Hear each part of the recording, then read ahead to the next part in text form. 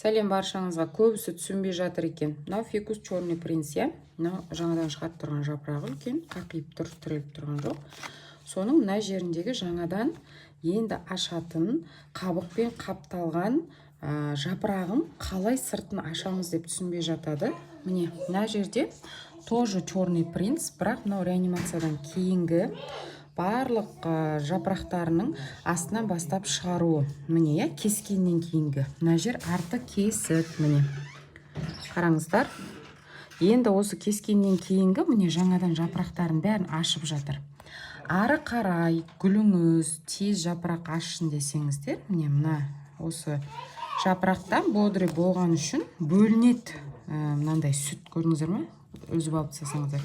Ештеңе жоқ, осы пленканы алып бүйтіп алып тастап көмектесіңіздер. Мына гүлге ше жапырағының шығуына.